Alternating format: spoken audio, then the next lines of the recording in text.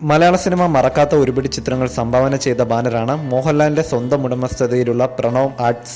90-ൽ ഹിസൈന സദ്ദുള്ള, 91-ൽ കമലദളം, 92-ൽ ഭരതം ഇങ്ങനെ തുടർച്ചയായി പ്രണവിന്റെ ബാനറിൽ ഫാമിലി ബ്ലോക്ക് ബസ്റ്ററുകൾ കാഴ്ചവെച്ച ത്രിമൂർത്തികളാണ് രചയിതാവ് ലോഹിതദാസും സംവിധായകൻ സിബി മലയിലും മോഹൻലാലും. ഭരതം എന്ന ചിത്രത്തിലെ ഗോപിനാഥനെ ഉജ്ജ്വലനാക്കിയപ്പോൾ മോഹൻലാലിനെ തേടിയെത്തിയത് മികച്ച നടനുള്ള ആദ്യത്തെ ദേശീയ പുരസ്കാരമായിരുന്നു. ഭരതത്തിന്റെ സെറ്റിൽ വെച്ച് മോഹൻലാലിന്റെ അഭിനയം കണ്ട് സിബി മലയിൽ കരഞ്ഞു പോയിട്ടുണ്ട്.